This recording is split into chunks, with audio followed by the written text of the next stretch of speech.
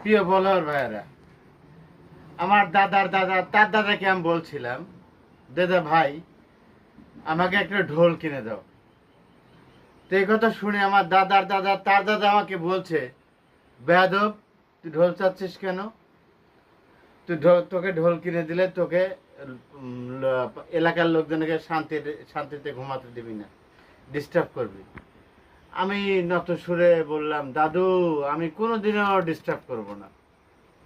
তো আমার দাদা অনেক কষ্ট করে একটা ঢোল কিনে দিল।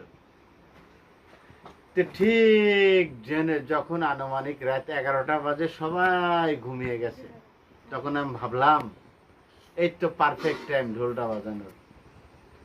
তখন আমি ঢোলটা বাজানো শুরু করছি। এই ঢোল বাজানোর পর কি হয়েছে ভাই জানেন? এটা আমি দ্বিতীয় পর্বে আপনাদের বলবো। এখন আমি সুস্থ নাই, তার মানে বুঝে নিন।